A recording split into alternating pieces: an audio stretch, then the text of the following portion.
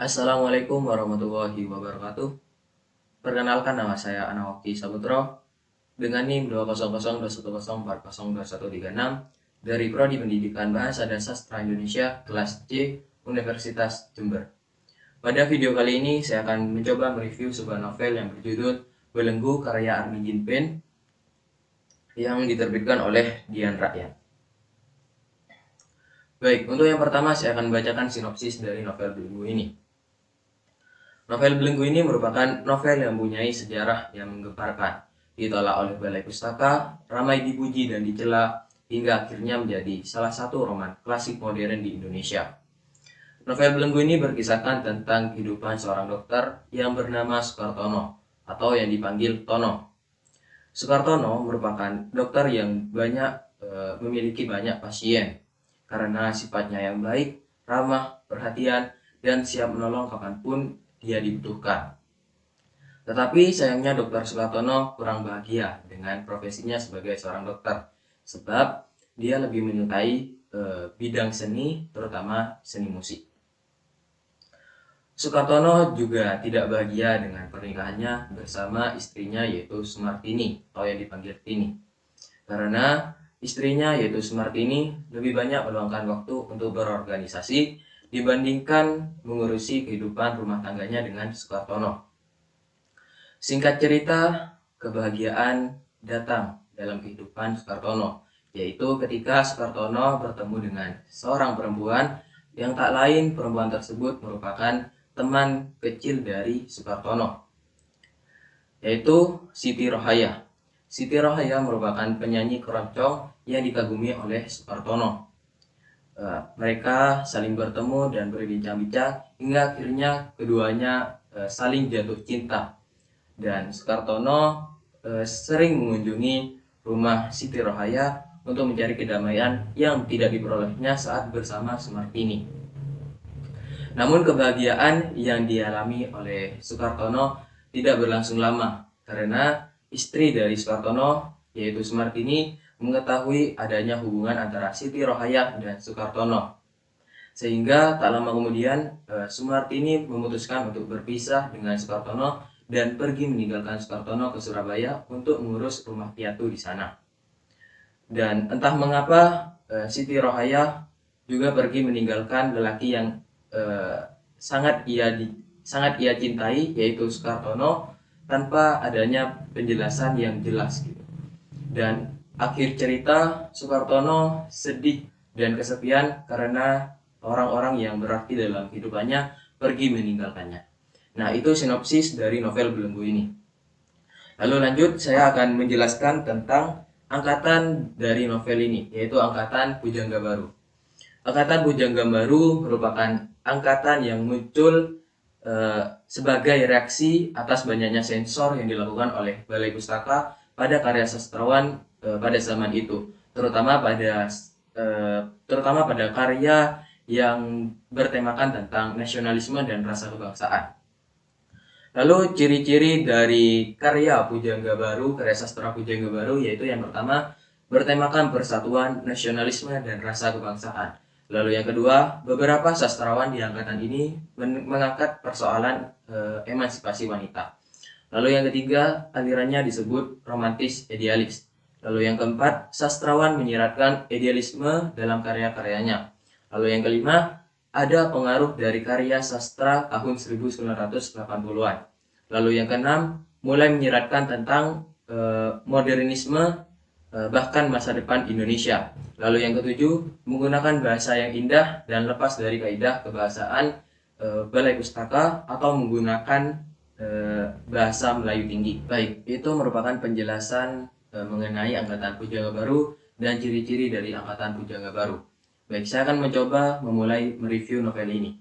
Kemarin saya sudah membaca keseluruhan dari novel Belenggu ini, dan saya menemukan beberapa ciri dari angkatan Pujangga Baru dalam kalimat novel Belenggu ini.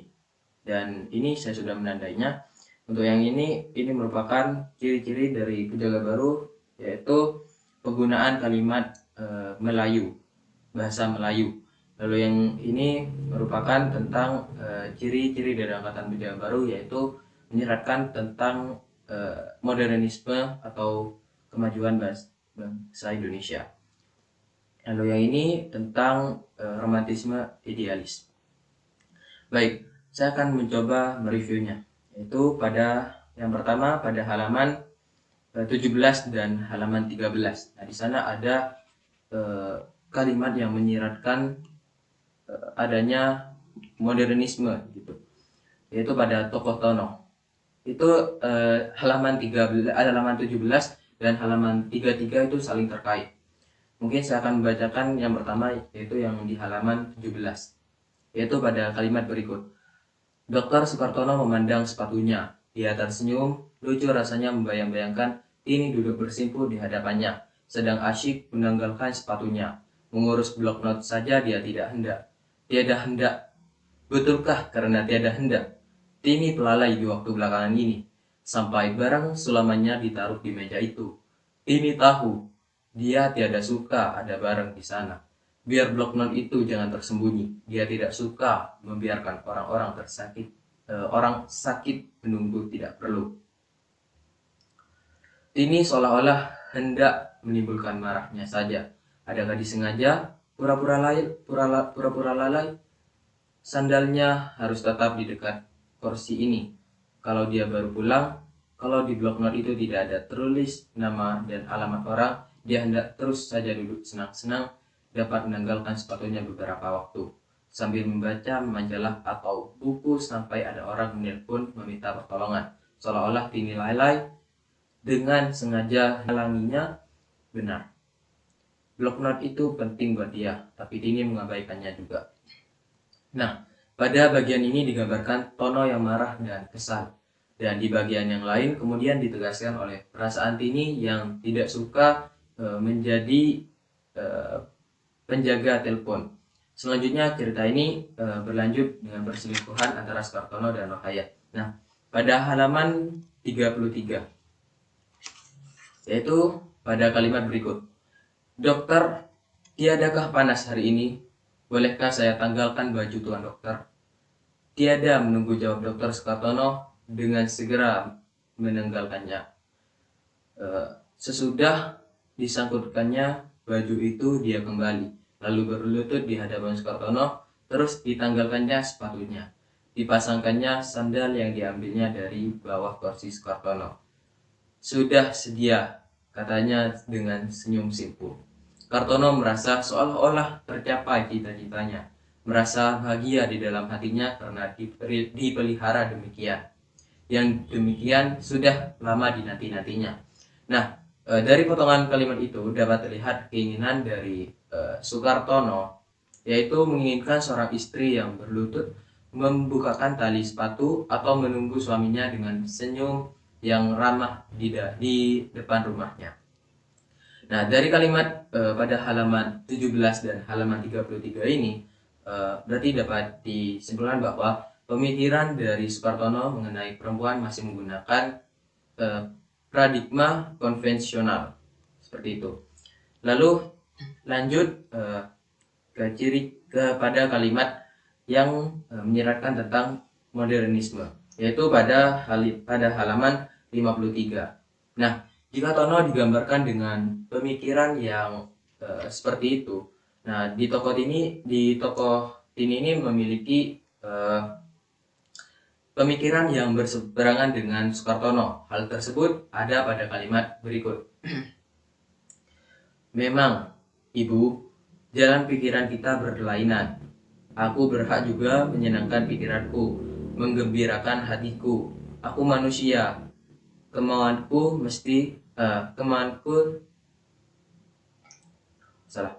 Aku manusia juga yang berkemauan sendiri. Kalau menurut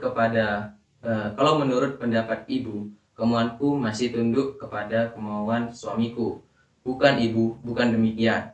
Kami masing-masing berkemauan sendiri.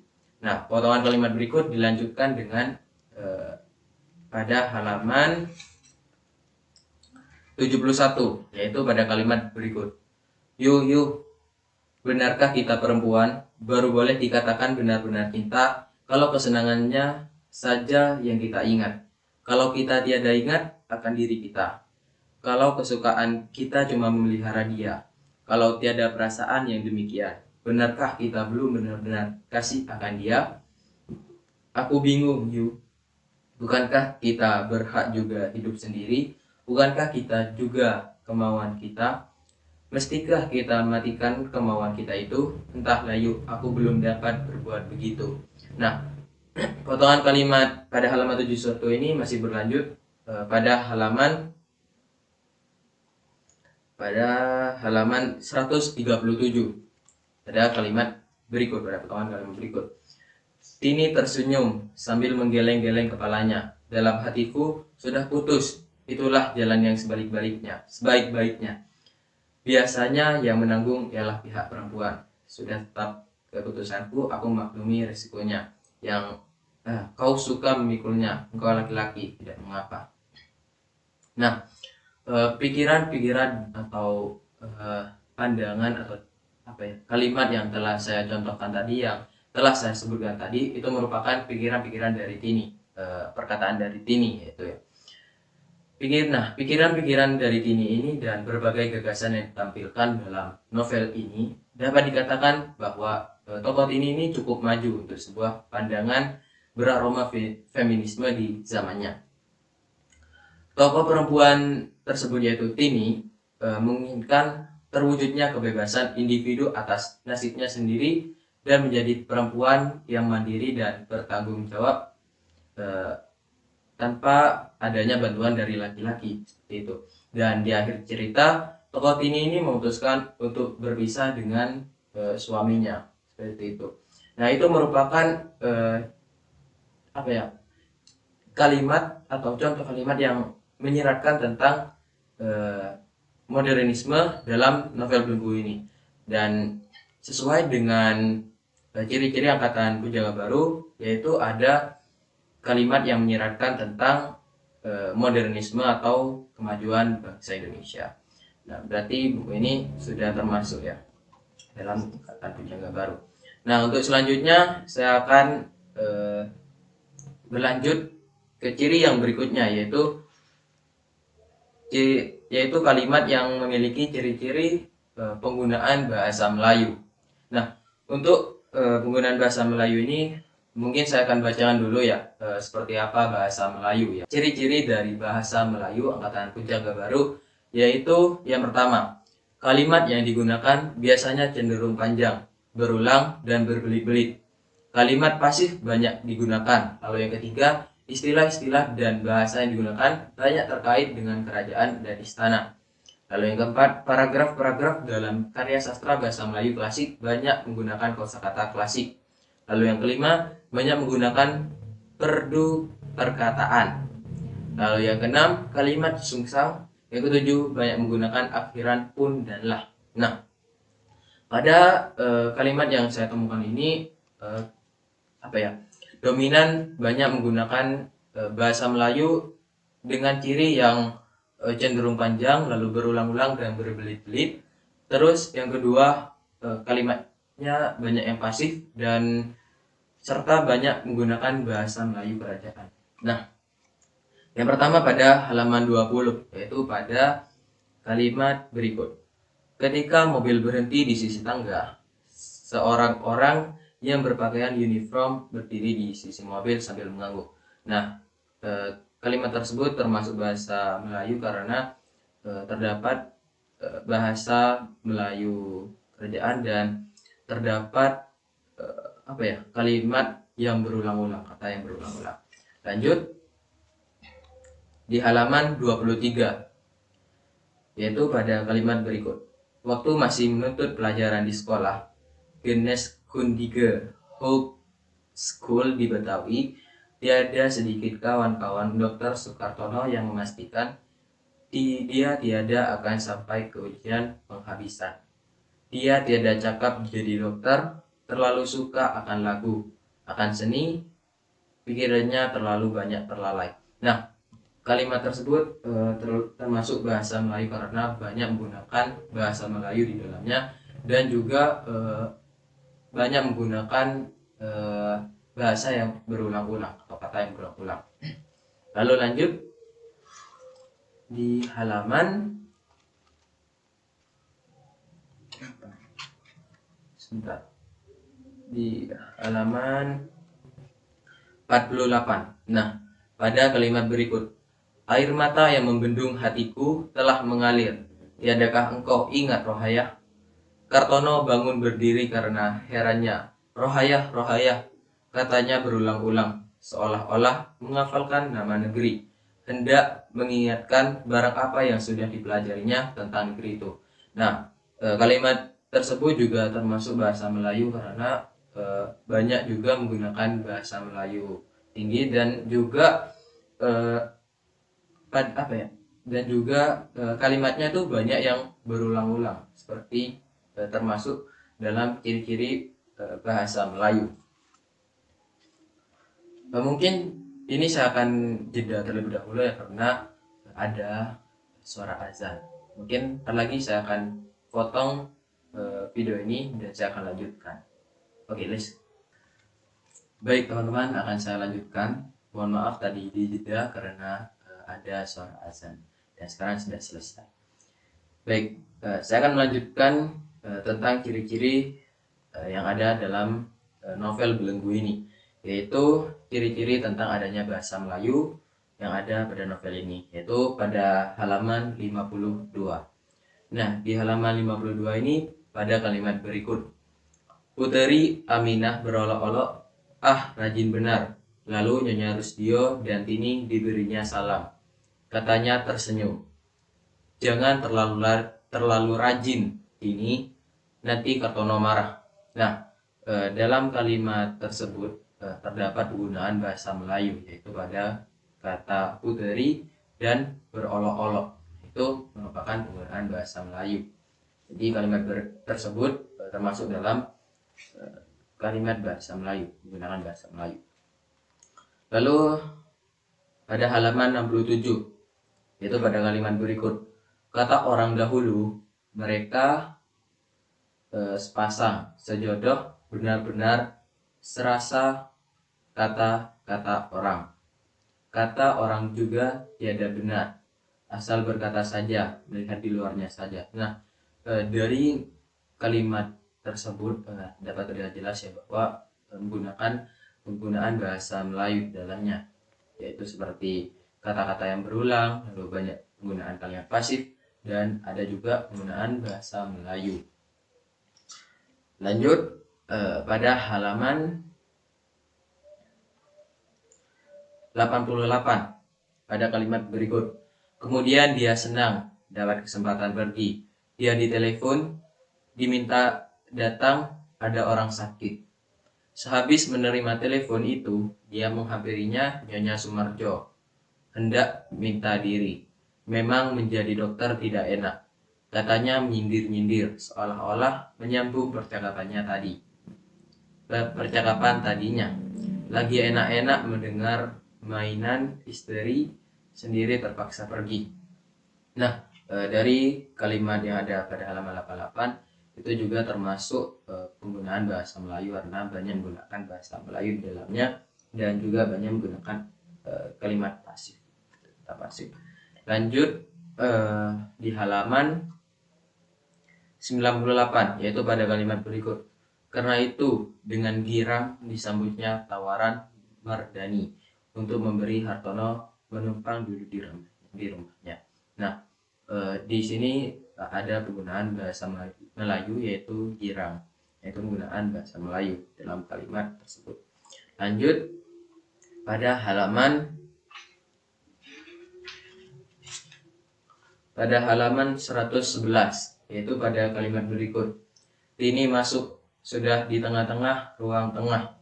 Dia pun terkejut, terpandang kepada orang yang duduk mengerjapkan mata itu. Dada Tini turun naik dengan keras. Badannya seolah-olah hendak jatuh. Dipegangnya sandaran kursi meja makan dengan dua belah tangannya. Kemudian ditekannya sebagai hendak mencari sandaran. Pada hatinya dia tunduk, mengamat-amati orang yang duduk itu, sebagai angan-angan bayang-bayang orang dalam angan-angan. Sekejap kemudian dia memalingkan mata, dipupusnya keningnya sebagai hendak menghapuskan pikiran yang mengganggu. Dipandangnya lagi, masih ada juga, dihampirinya beberapa langkah. Nah, dari kalimat pada halaman 111 ini termasuk penggunaan bahasa Melayu karena banyak kata-kata yang berulang-ulang, terus ada kalimat pasif dan juga ada penggunaan bahasa Melayu kerajaan serta penggunaan kalimatnya yang terlalu panjang, termasuk dalam ciri-ciri penggunaan bahasa Melayu. Baik, untuk kalimat yang terakhir yaitu kalimat pada kalimat 142. Melambai-lambai lalu terhenti, pandangannya masih menuju ke stasiun. Kemudian dia tertunduk di tempat duduk, menangis merenung di dalam hatinya, seolah-olah ada yang menghisap hawa keras-keras seolah-olah angin puyuh.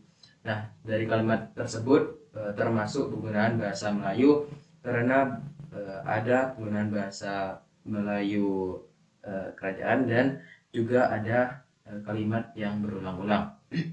Lalu ciri yang berikutnya yaitu ciri tentang adanya kalimat romantis idealis. Nah, pada kalimat halaman 70 berikut.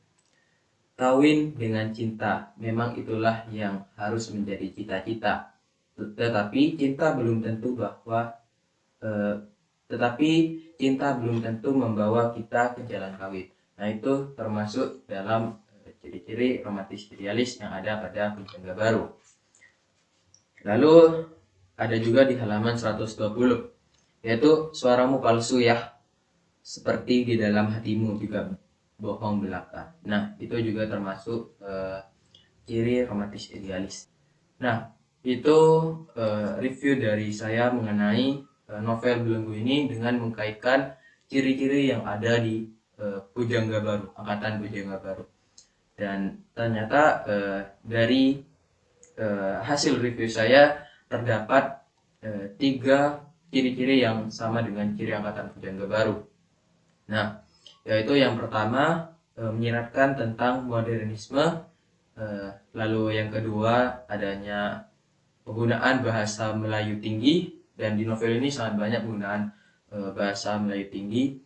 Lalu yang ketiga adanya kalimat yang menandakan ciri-ciri romantis idealis.